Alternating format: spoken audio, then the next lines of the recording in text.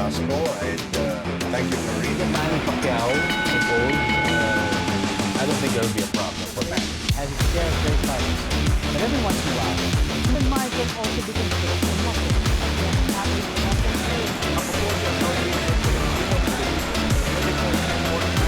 Only here on Para sa Bayan.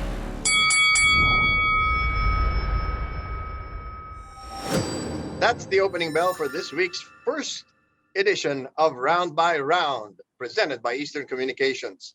Mabuhay Pilipinas, welcome world. I'm Bill Velasco. I'm Nisi Casiano. Attorney Ed Tolentino joins us later on in the show. And first things first, Sonny Edwards responds to a round by round story. Our friend Ryan Sangalia's interview with JC Manangkila and the team of Jason Mama, who were very frustrated upon arriving in the UK, only to find out that Edwards was, quote unquote, injured and unable to proceed with the fight, which was supposed to be held over the weekend. What's your take on this, Nisi? Sir, generally, kasi yung narrative ngayon na sinasabi is Sonny Edwards is scared. Pero generally, no boxer is scared. It takes a different type of human being to, as we all know, it takes a different type of human being to get inside that ring. And in the case of Sonny Edwards, it's just unfortunate that he injured his ankle. And meanwhile, it's frustrating on the part of Jason Mama because he was supposed to fight Moruti Metelani for the same belt last December, but that fight got canceled 3 days before the event. So unfortunately, history repeated itself. So they have to wait for Edwards to heal up for at least 6 to 8 weeks. And to be honest, I don't really think Sonny Edwards is scared. There are unforeseen things that happened before the fight, and it's not something new. I don't see a reason why Edwards is trying to avoid the fight against Jason Mama. One is that the fight was supposed to happen in his hometown, so he has a hometown advantage. Second is the fight got called off merely days before the actual bout, and kung gusto man lang niyang at least to avoid a fight against Jason Mama, at least ginawa na niya ito at least weeks before the fight. And again, it's disappointing and frustrating at the same time. But to say that Sonny Edwards is scared, I really don't think so. And I just hope that Sandman Promotions will get to have the fight rebooked later this year. At the moment, what worries me is that Jason Mama might experience the same problem Michael Pareñas went through a few years ago with the IBF. So I'm crossing my fingers that Sandman Promotions will be able to lock in the promoter of Sonny Edwards, Frank Warren, and the IBF in this very tricky situation. Ako sa tingin ko dyan, ang pinakamasakit talaga yung pinagdaanan talaga nung grupo nila Jason. No? Kasi unang-una, kung manggagaling po kayo ng Pilipinas, hindi po kayo papapasukin sa UK. We're red listed in the United Kingdom. Kaya ang ginawa nila is dumaan pa sila ng Dubai, nagtagal pa sila doon ng 2 linggo bago sila dumiretso sa UK. Tapos, ayon sa kwento ng grupo nila, kadarating lang nila sa hotel. Hindi pa umiinit yung puwet doon sa kinauupuan, tumawag na kagad na napilayan di umano si Sonny Edwards at hindi na naman matutuloy yung laban. There have been cases like this before. If you remember the rumble in the jungle between Muhammad Ali and George Foreman, no? Nasugatan si Foreman, di ba? Hinintay nilang gumaling yung sugat bago tinuloy yung laban. At nung nasugatan siya, yan yung yung mga war tactics ni Muhammad Ali, kaya gulong-gulo na yung utak ni Foreman nung naglaban sila, di ba? Pinapuntahan pa niya na isang voodoo priest. Sinugod pa niya sa training camp. Classic. Maraming alam na kalokohan dyan si Ali. And of course, there's the stuff about loosening the rope so he could rope a dope and Foreman would have trouble hitting him. Pero ngayon, hindi na uso yan. Kaya sa tingin ko, matatagalan pa bago matuloy man itong laban. Ang problema kasi, pag IBF, sasadyain mo talaga na pumunta sa UK, no? I mean, saludo ako sa grupo ni Jason Mama na Lahat yung pinagdaanan nila dahil Yes. sa isang world title tapos hindi rin pala matutuloy. And Napakasakit. actually, the Psy War has already started kasi from Sandman Promotions, hindi nga sila naniniwala na legitimate or may legitimacy yung injured ankle nito nga ni Sonny Edwards, and they use the same tactics in luring out Ryan Garcia against Romero Duno a few years ago. Kasi supposed to be, dapat niya makakalaban ni Ryan Garcia si Romero Duno when the opponent of Ryan Garcia last minute nag-pull out. So supposed to be, dapat sila yung pagtatapatin. And ayaw ni Ryan Garcia labanan nga ito si Romero Duno on a 24-hour notice kasi he was asking for a much higher pay para sa laban na yon. Pero eventually, natuloy din yung laban na yon, and as we all know, nanalo si Ryan Garcia via knockout. In our second bit of news, of course, a very, very embarrassing loss by Evander Holyfield to a very sharp Vitor Belfort in what was supposed to be a fight held in California and what was supposed to have Golden Boy Oscar De La Hoya returning to the ring after 13 years. At alam mo, Nisi, ang kinatatakot ko dito, may mga ulat na talagang lumabas bago pa man yung laban. Una-una, isang linggo't kalahati lang ang binigay para kay Evander Holyfield, no? Pangalawa, hindi naman siya light heavyweight, natural na heavyweight siya. Pangatlo, may isang dekada na siyang hindi lumalaban. At pang-apat, may mga ulat na lumitaw bago pa man yung laban na hindi na siya diretso magsalita, no? He was slurring his speech, para siyang lasing. And these are already signs of brain trauma. So I don't know what was really going on, why Florida even allowed the fight to continue given the weight disparity, which could have been actually dangerous for Belfort, but apparently it was really bad for Holyfield. We have to remember, Sir Bill, that Evander Holyfield came from a different era of boxing. I believe he is one of the last breed of boxers to ever compete or to compete in fights scheduled for 15 rounds. Tama yun. He went through war with the heaviest hitters of his generation like Michael Moorer, Mike Tyson, Riddick Bowe, and even Ray Mercer. Eventually, those battles would take a toll on his body, and slurring of words, and even it was evident during the press conference or after the weigh-ins that he struggled to coherently answer questions. It can be considered signs, and it's just a shame that Florida sanctioned this fight. Like you mentioned, he hasn't fought for over a decade. He's 58 years old, turning 59 in a couple of weeks.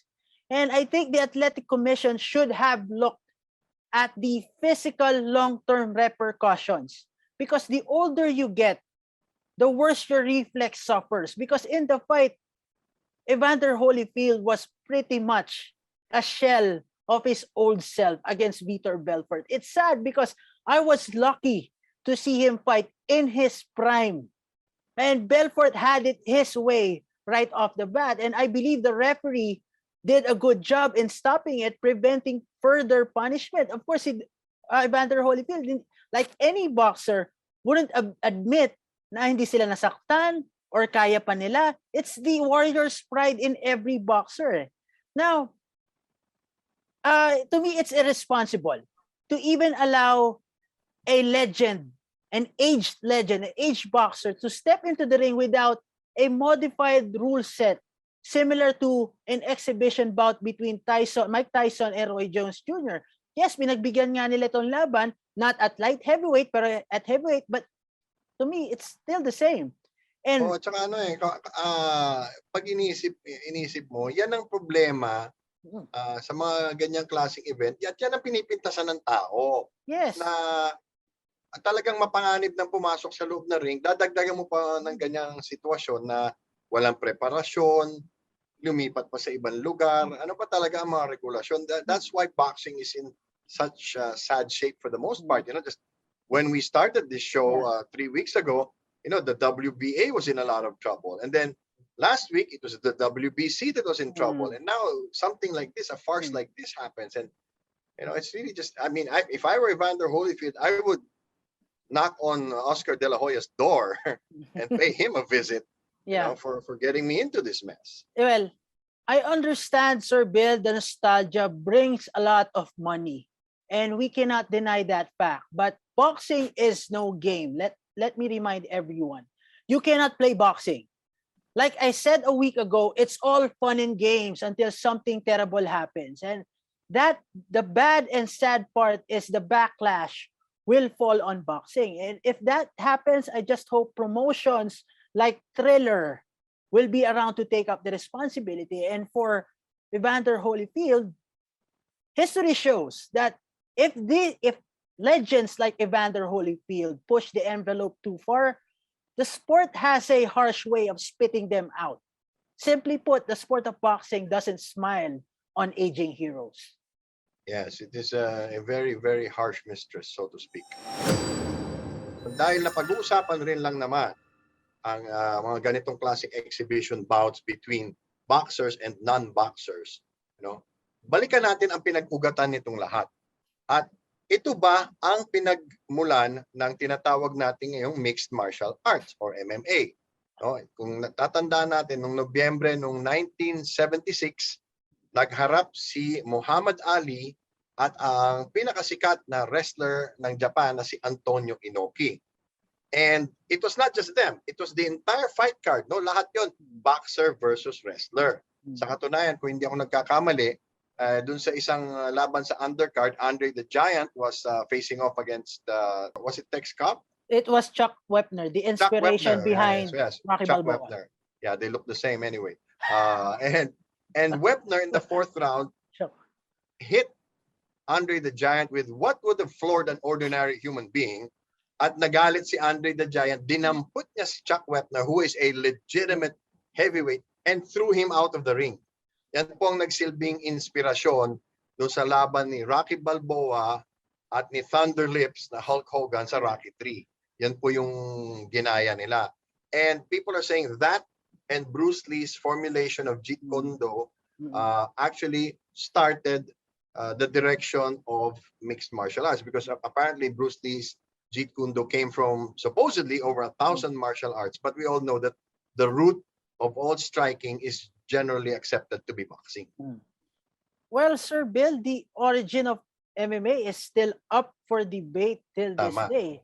Kasi there were a couple of no-holds-barred style versus styles that happened in Japan and Brazil. Brazil has Vale Tudo, while Japan had Shuto in 1985, which is regarded as the first MMA organization, and then Pancrase in 1993. Meanwhile, Russia has Combat Sambo. If you're going to look at Sambo, it's like the long-lost cousin of mixed martial arts. In the States, the Gracies had the Gracie Challenge in the late 1980s up to the early 1990s, taking place in gyms and even backyards, kuminsan sa mga garahe pa nila.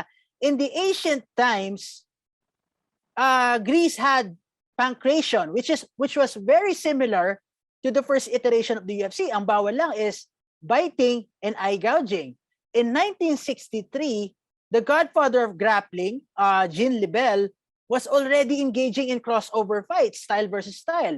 So, like you mentioned, Bruce Lee is regarded by Dana White as the father of mixed martial arts because he started the concept of combining multiple elements of different martial arts. So, and that concept was adapted later on in mixed martial arts. Before, it was already called cage fighting. So Ken Shamrock and Frank Shamrock of the Lions Den, as well as Pat Miletic, used the same concept. From there, the dynamics of MMA changed. Pero as to say that the Inoki versus Ali fight is the precursor to mixed martial arts, I would like to say it's just a form of professional wrestling, because if we're going to look back, Antonio Inoki established New Japan Pro Wrestling, which is today still considered as a professional wrestling promotion, in 1972. And it happened in 1976. And yung kung babalikan natin yung laban na yon, meron din mapapataas pa rin yung mga kilay nyo because of the fight. And for the majority of the fight, nakahiga lang si Inoki, sinisipa si Ali, no? Inoki was fighting on his back, throwing leg kicks on his back. Though sinasabi ni Muhammad Ali na that leg kicks almost got him amputated. Meron daw Daming severe, hematoma, yes, di ba? severe Daming ganon. hematoma. Pero kasi kung lalagay natin in this setting, yung laban na yon, I don't think na kung yung actual fight, gano'n talaga yung mangyayari. I don't think na gano'n ang mangyayari. Though, legitimate martial artist si Antonio Inoki, though, it's 1976. I think kung may social media na ng panahon na yun, mas siguro, mas na-scrutinize natin, mas maayos. I think the best label na bibigay natin is a precursor to the Big Show versus Floyd Mayweather fight at WrestleMania 24 in 2008. But O I kaya don't, yung madalas nilang sinasabi sa mga mixed martial arts, a striker versus a grappler. yeah, pwede. Pwede. Oo. Pero I think it's a work, it's predetermined. Lalo yung mga claims nila Bret Hart na they said that there were people behind Muhammad Ali na sinasabi nila if they throw a serious like martial arts strike on Muhammad Ali, there would be serious repercussions. It was stated, and also prior to the fight, nagkaroon pa ng ilang review about the rules and regulations during the fight. So hindi na natin Parang alam. yung laban ni Mayweather sa Japan. Yes, Diba? May exactly. kalaban kang kickboxer pero hindi siya pwedeng sumipa.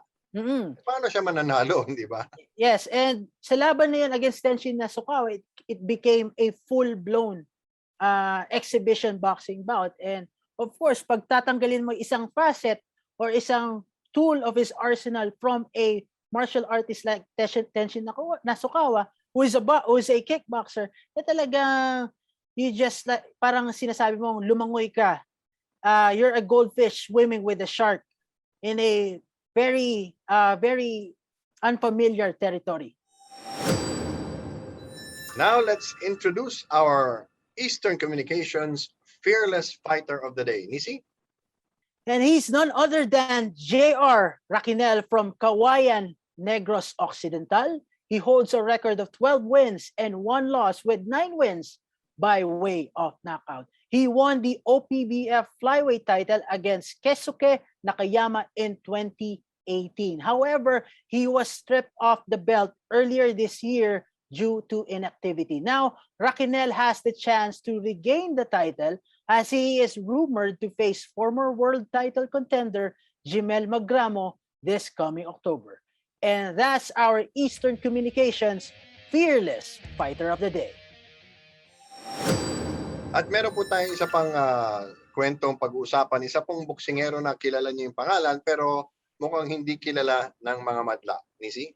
While the attention of the boxing world is on Manny Pacquiao, John Riel Casimere, and Mark Magsayo, another former world champion, is silently training in the United States. Former WBO bantamweight champion Marlon Tapales is in LA training under Ernel Fontanilla and Ting Oriosa at the Brick House Boxing Gym, hoping to get a fight very soon, as well as another shot at the world title. Sir Bill, do you think staying in the U.S. is the best route to take? Of course, we all know that staying in the U.S. benefited Mark Magsayo greatly, but still, it's a different scenario and circumstance for Marlon Tapales. Ang mabigat kasi dyan is medyo hindi na bata si Marlon. Tsaka kung ako sa kanya, talagang mananatili ako sa Amerika dahil nandun lahat ng promoter, nandun lahat ng laban. He can pick and choose basically his way up the ladder. Because if you're here in the Philippines and we discussed that a couple of weeks ago with Charlie Suarez, medyo nagbabad siya dito sa Pilipinas and nasa 33 na siya, mahirap nang humabol sa isang world title and you may not get more than 1 shot. No? So kung ako sa kanya, tama 'yon. Tsaka maraming hindi nakakakilala sa'yo doon, mas makakapagsanay ka. No? But everybody in the boxing community knows him. He's a former world champion. And even younger fighters who are climbing up can look at him as a stepping stone to a world title, and he can look at them as a stepping stone to a world title also. Kaya yun ang magandang sitwasyon diyan. Ang lagi ko naman tinatanong pag mga ganyang kaso, ang panahon ang kalaban ng lahat ng boksingero. Yes, sir. And he's only 29, which means that he still has a few years left in him. Plus, He is ranked number 4 in the IBF as a super bantamweight. Pero sa akin, sir, I truly believe na he is still a good pickup for any promotion, especially in the United States. The 122-pound division has a good roster of talent like Brandon Figueroa, Stephen Fulton. In the same weight class, you have Filipino boxers like J.S. Santissima and also Magic Mike Plania. Yan, kaya maraming pwedeng pagpilian. Kaya mas mabuti na rin na nasa Amerika siya kaysa yung pabalik-balik. And for me personally, nakita natin to doon sa nangyari sa Olympics, no? Yung mga atleta natin, lalo na yung mga boksingero, naglagi sa isang lugar. Kaya walang nawawala sa quarantine at kung ano-ano pa. Kasi pag pumunta ka sa ibang bansa, madalas yan 2 linggo or let's say in the case of Singapore and Hong Kong, 3 linggo yung ilalagay mo doon sa quarantine, hindi ka makakapag-training. Kung nandun na siya sa Amerika, Amerika isa pa yan, medyo maluwag din sila sa quarantine. Sasabihan ka lang, di ba? Pero hindi ka ikukulong kagaya dito sa Pilipinas. So, for me, it's better that he's there. You have to go where the best are. And right now, the best are all in the West Coast. Naging laman ng mga pahayagan natin at mga social media at maging lehitimong media ang balita na mukhang taas kamay na si Manny Pacquiao sa kagustuhan ng kanyang anak na si Jimwell na ipagpatuloy ang kanyang karera bilang isang professional boxer. At ngayon naman tatalakayin ng ating kasamang si Attorney Ed Tolentino ang kasaysayan ng mga mag-amang matagumpay na nagpatuloy sa professional boxing. Ed? Hello guys, Attorney Ed Tolentino here and welcome sa Round by Round Trivia portion. Kamakailan pinag-usapan ng aking mga kasama sa Round by Round ang pagpayag ng ating fighting senator na si Manny Pacquiao na papasukin na sa pro boxing ang kanyang anak na si Jimwell Pacquiao.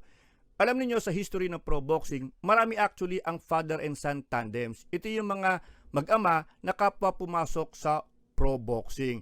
Pero iilan lamang ang naging successful, as in yung tatay naging world champion at yung anak naging world champion din. Karamihan, yung mga anak hindi napantayan ang accomplishment ng kanilang tatay. Paano ba naman yung anak hindi dumana sa hirap na pinagdaanan ng kanyang tatay? Papetits-petits lang sa pro boxing kaya hindi nagtagal. Pero merong ilang mag-ama na kapwa naging world boxing champion. Ang kauna-unahang father and son tandem na naging world champion sa pro boxing history ay ang Mexicanong mag-ama na si Guti Espadas Sr. at ang kanyang anak na si Guti Espadas Jr. Si Guti Espadas Sr. ay naging world flyweight champion in 1976. 24 years later, in the year 2000, ang kanyang anak na si Guti Espadas Jr. ay naging world featherweight champion matapos talunin nito ang Pilipinong si Luisito Espinosa. So it was only in the year 2000 when pro boxing produced its first father and son world boxing champion tandem. Now, sometime in 1992, si Tracy Harris Patterson, anak ng dating world heavyweight champion Floyd Patterson, actually won the junior featherweight title. Pero ang problema mga kaibigan, lumalabas, si Tracy Harris Patterson ay ampun lamang ni Floyd Patterson. Walang dugong relasyon sa pagitan ng mag-ama. Kaya yung record ng Espadases, iyon ang nirecognize ng pro boxing. Ang ilang pang successful father and son tandems, ang Amerikanong si Leon Spinks at ang kanyang anak na si Corey Spinks. Sometime in the 1970s, naging world heavyweight champion si Leon Spinks. Now, in the 2000s naman, naging 2-division world champion ang kanyang anak na si Corey Spinks. Of course, nandyan din ang Puerto Rican father and son combination ni Wilfredo Vasquez Sr. at ang kanyang anak na si Wilfredo Vasquez Jr. In the 1980s and in the early 1990s, naging 3-division world champion si Wilfredo Vasquez Sr. In 2010, ang kanyang anak na si Wilfredo Vasquez Jr. ay naging WBO Junior Featherweight Champion. Ang pinakasikat na father and son combination na kapwa naging world boxing champion ay si Mexicanong Julio Cesar Chavez Sr. at ang kanyang anak na si Julio Cesar Chavez Jr. Back in the 1980s and in the early 1990s, 3-division world champion itong si Julio Cesar Chavez Jr. and recognized to this day as the greatest Mexican champion. Now, in 2010, ang kanyang anak, si Julio Cesar Chavez Jr., won the world middleweight title. Pero sa totoo lang, yung dedication, yung skill level nitong si Chavez Jr. napakalayo sa kanyang anak. Kaya naman hindi nagtagal as a legitimate fighter itong si Chavez Jr. At yan mga kaibigan, ang successful father and son tandems sa history ng pro boxing. Ilan lamang yan sa piling mga father and son combination na naging successful. Sabi nga nila, glove father, glove son. And that's the final bell for today's episode of Round by Round presented by Eastern Communications. I'm Bill Velasco. I'm Nisi Casiano, and we're on Facebook at 6 p.m. Monday to Friday and on our YouTube channel at 7 p.m. Like, follow, share, and subscribe now. And also, don't forget to hit the notification bell to get notified about the latest news and fearless news in the world of boxing. Ryan Songalia, Boyet Season, and Dennis Principe will be working the fights for you tomorrow. Catch them on the next episode of Round by Round. All boxing, all Filipino, all the time. See you.